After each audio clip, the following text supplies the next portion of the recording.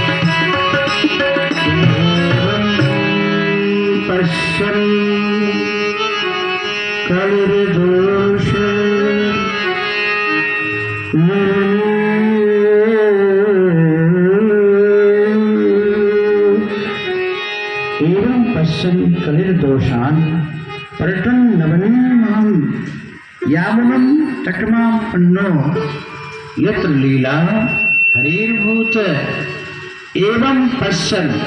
एवं मतलब इस प्रकार पश्यन देखते हुए क्या कली का दोष देवर्षि नारद जी पर्यटन नवनीम हम पर्यटन करते हुए यमुना के तट कहाँ पहुंच गए? वृंदावन धाम। हरेर भूत, जहां भगवान श्याम सुंदर अनेक प्रकार के लीलाएं किए हैं, वहां मेरे प्रभु श्याम सुंदर पहुंच गए। दान लीला, मान लीला, माखन चोरी लीला, रास लीला।